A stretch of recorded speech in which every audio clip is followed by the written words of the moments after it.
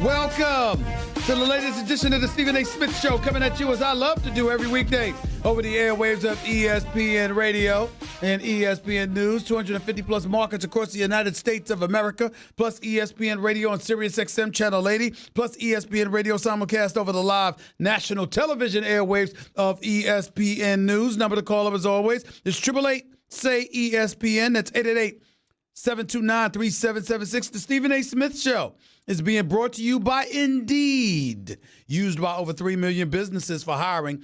Post a job today at Indeed.com/hire. Time for Straight Talk, brought to you by Straight Talk Wireless, best phones, best networks, no contracts. You know what? The hell with Kevin Durant. The hell with Kawhi Leonard. The hell with Kyrie Irving. The hell with everybody. I mean, what about Klay Thompson?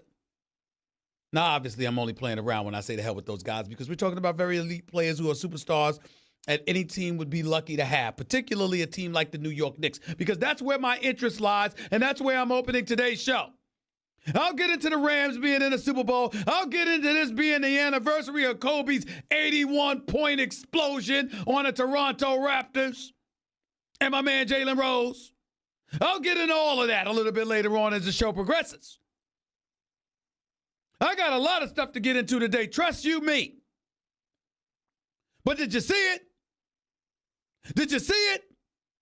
Did you see what transpired last night as Klay Thompson for the Golden State Warriors, the reigning two-time defending NBA champions, put on a shooting clinic, a shooting exhibition, reminded everybody that he is one of the top 5 shooters in the history of basketball. That's right, I said it.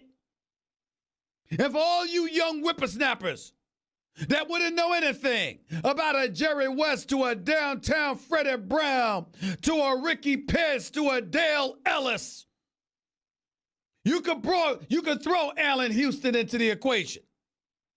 You can throw Ray Allen and Reggie Miller into the equation. You can throw Jeff Hornacek into the equation. You can throw the great Steve Kerr with his shooting self into the equation. John Paxson, add him in the mix too.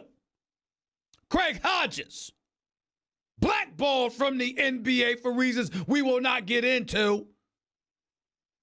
But what a great shooter he was for Michael Jordan and the Chicago Bulls in the early heyday years of Phil Jackson coaching them to championships. You can pick any shooter you want.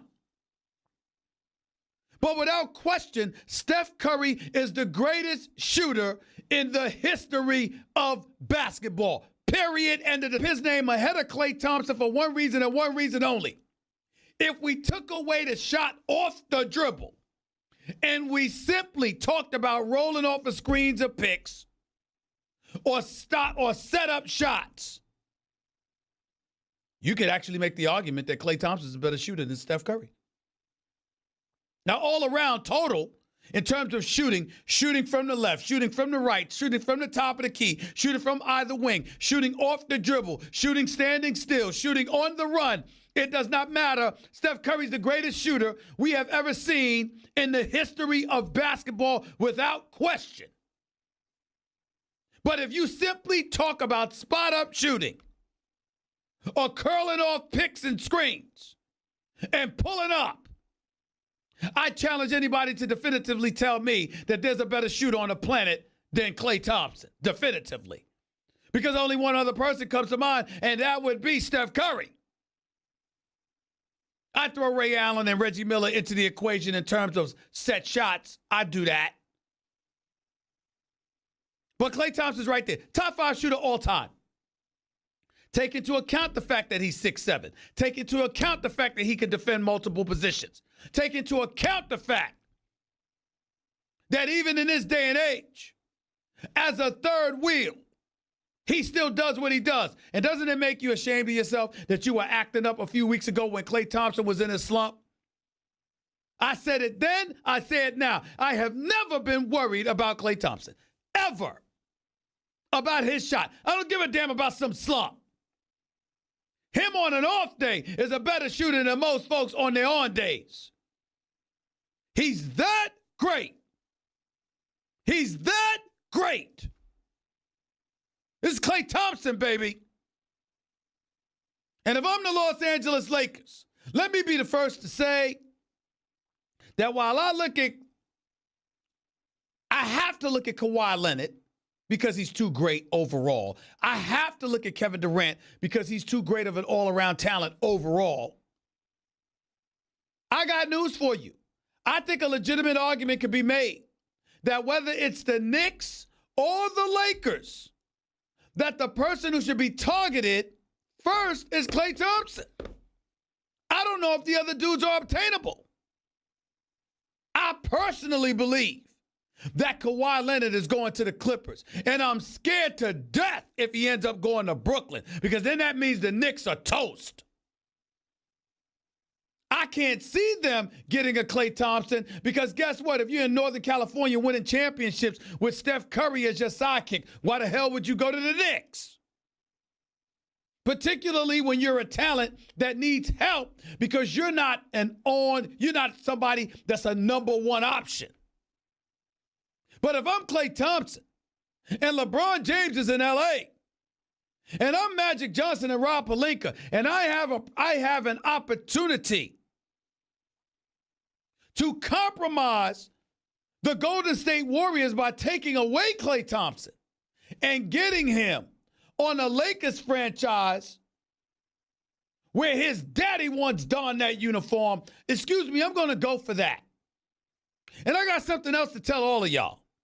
I've said it on several occasions, and I'll say it again. There is nothing that I find to be more blasphemous than a lack of praise and love and adulation we have been willing to accord to Klay Thompson when you consider the fact that us right here at ESPN, his daddy works here.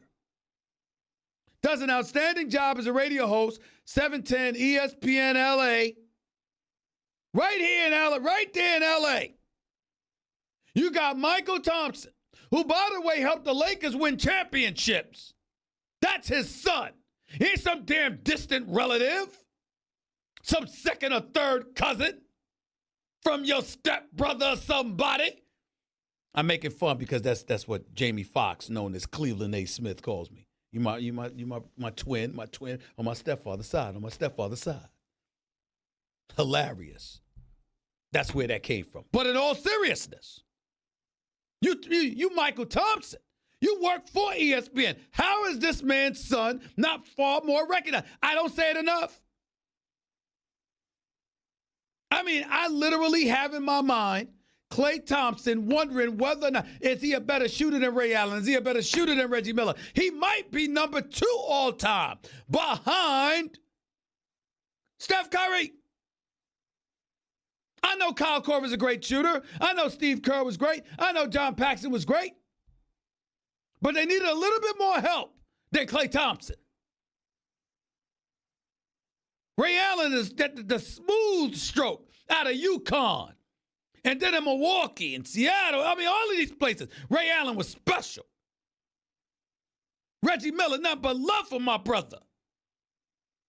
But Klay Thompson might be the second greatest shooter in NBA history. It needs to be a discussion. Can we definitively omit that possibility? I don't think we can. And when you have that kind of shooter, and you're in Los Angeles where everybody's clamoring for LeBron James to get help and alluding to Klay Thompson being one of those guys, for him to put on that kind of show where he ended up hitting 17 of his 20 shots from the field, 10 straight three-pointers, finishing with 44 points in a rout. I mean, this was a 10-point game at halftime. And before I had an opportunity to pass gas, the Lakers were down by 30.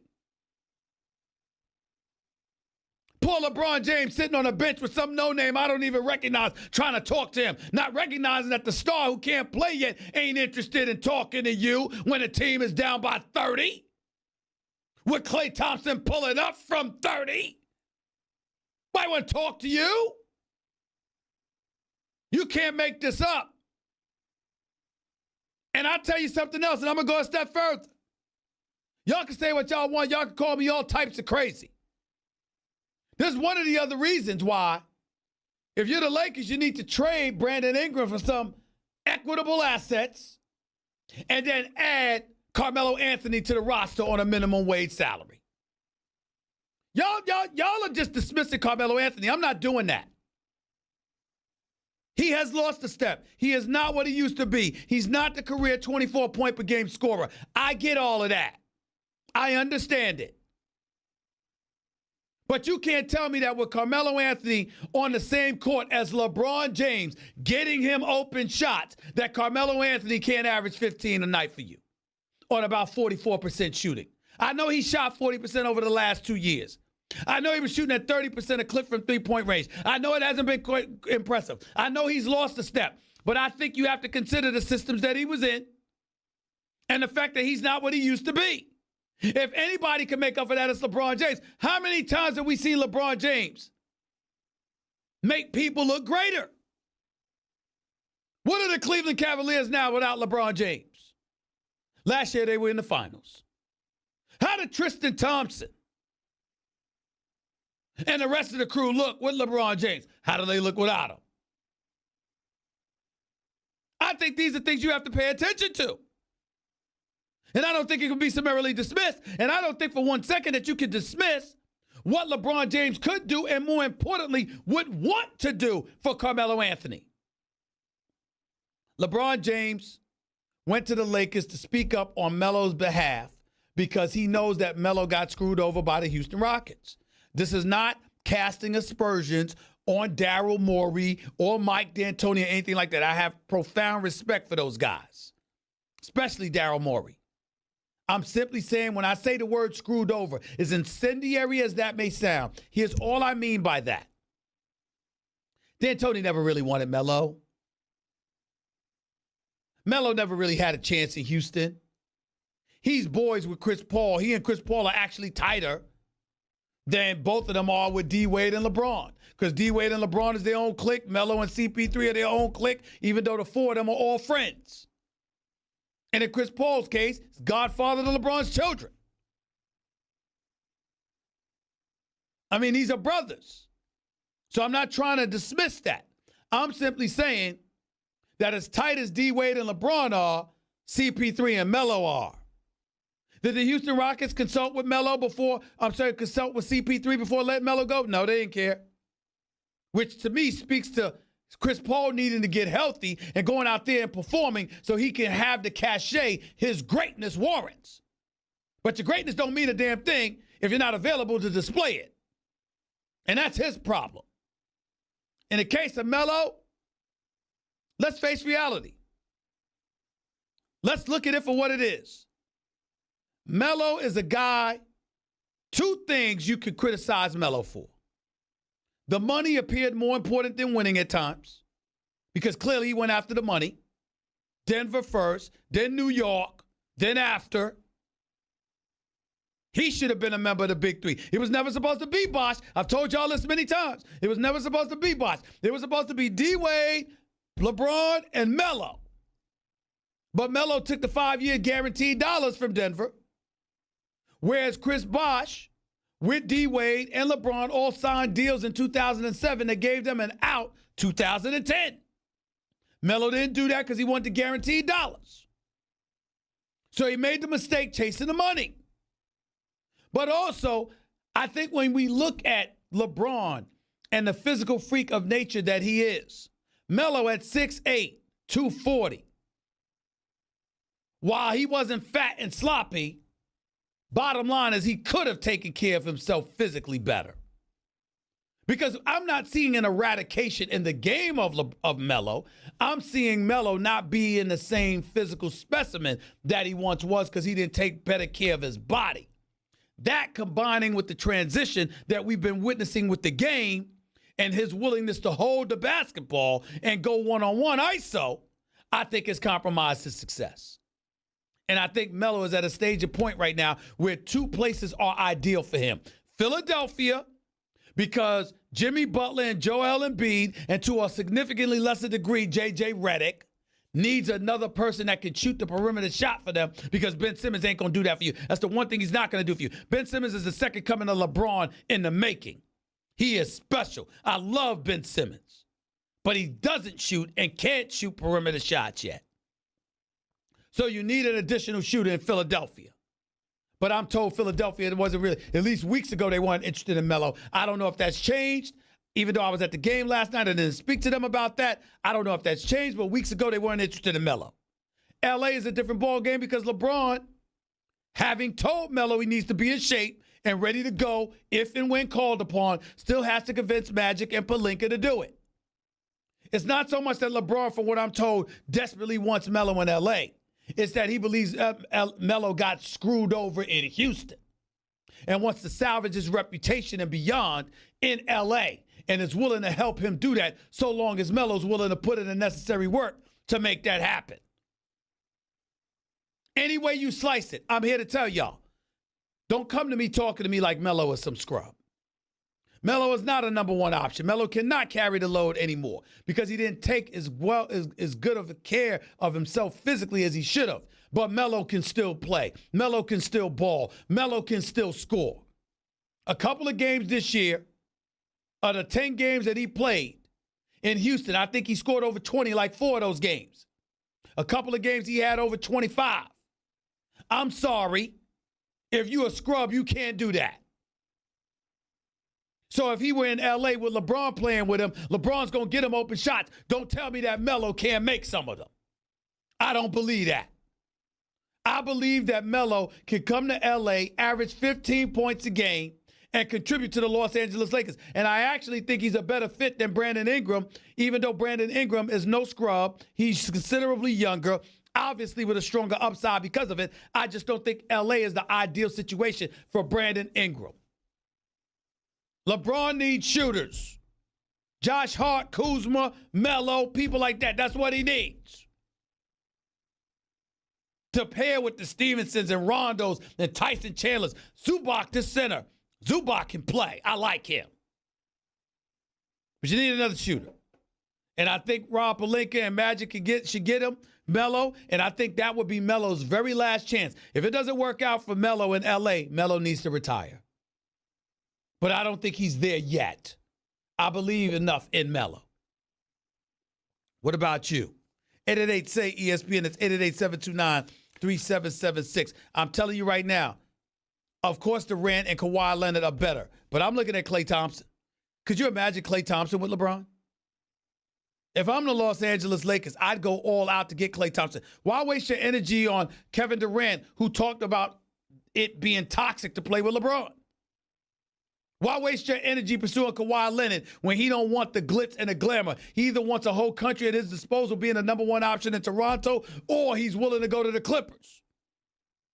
Why waste your time with Kawhi? If I'm the Los Angeles Lakers, I go after Kawhi. If I'm the New York Knicks, I'm wondering what the hell are my options. Because from everything I'm hearing, you ain't going to get KD, you ain't going to get Kawhi, you ain't going to get Klay.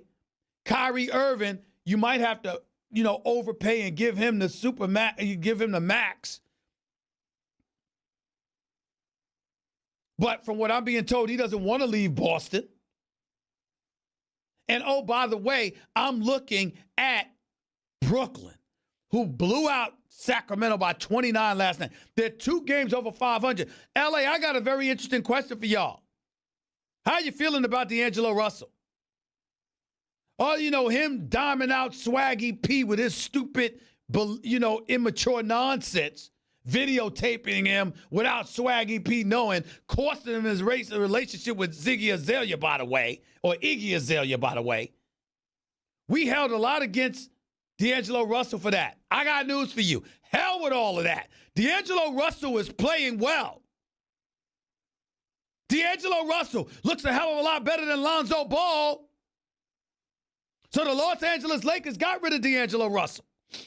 Not only is Lonzo Ball not living up to what you would expect from a number 2 overall pick, not only does it look like a mistake by the Lakers, who passed up on Jason Tatum and De'Aaron Fox and Markkanen and Dennis Smith Jr. and Donovan Mitchell to grab Lonzo Ball, but they also moved D'Angelo Russell away because they knew they were going to get Lonzo Ball. So that's another player you can add to the list. I got news for you. This ain't as simple as everybody's making it out to be. D'Angelo Russell and the Brooklyn Nets. Ladies and gentlemen, they're going to be a play in free agency. I got to look at it. Let me tell you something right now. I'm literally at this point with Sean Marks and what Kenny Atkinson is doing as the coach, with the talent and how hard they play and the way they look, playing the way that they play. I got to tell y'all something right now. The only issue I got with the Brooklyn Nets is the traffic on Atlantic Avenue. If the player can somehow manage to work their way through that, dealing with that nasty traffic in Brooklyn, I got news for you. The Brooklyn Nets are an incredibly attractive commodity. New York Knicks got a problem. They got a problem. Who's going to come? All this noise about Fizdale and these boys. I love David Fizdale. He needs more talent to work with. But we at a point right now where if you're the New York Knicks, the only thing right now that seems your best option, free agency ain't even your best option. You know what the Knicks' best option is right now? Losing practically every damn game on purpose the rest of the way so you can position yourself to give yourself the best shot at getting the number 1 overall pick, which is Zion Williamson. That's it. That's it. Outside of that, I don't know what to say about the Knicks. I really, really don't. 888-SAY-ESPN. That's 888-729-3776. You're listening live to the Stephen A. Smith Show, ESPN Radio, ESPN News. Remember, I'm going to get into Super Bowl 53. It's the New England Patriots against the Los Angeles Rams. I'm going to get into that next. Keyshawn Johnson, former NFL standout, number 1 overall pick of the New York Jets, champion with the Tampa Bay Buccaneers, outstanding NFL analyst for the family here at ESPN, especially doing a great job with the morning drive as a morning drive host in LA, 710 ESPN LA. He will be on the show with me at the top of hour number 2 of the Stephen A. Smith Show right here on ESPN Radio and ESPN News. So stick around. Don't touch that dial. I got more coming your way. By the way, when you're hiring, you don't want to waste time sorting through dozens of irrelevant resumes, do you? You want an efficient way to get to a short list of qualified candidates. That's why you need Indeed.com. Post a job in minutes, set up screening questions based on your job requirements, then zero in on qualified candidates using an intuitive online dashboard. Discover why 3 million businesses use Indeed for hiring. Post a job today at Indeed.com/hire. Search for greatness. Search Indeed. 888-SAY-ESPN is the number of closest. 888-729-3776. You're listening live to Stephen A. ESPN Radio, ESPN News. Learn what affects your credit scores and what you can do to improve them with Credit Karma. Maybe you need to dispute an error in your credit report, or you're paying too much interest. Credit Karma can help with that. Visit creditkarma.com or download the app now. That's creditkarma.com.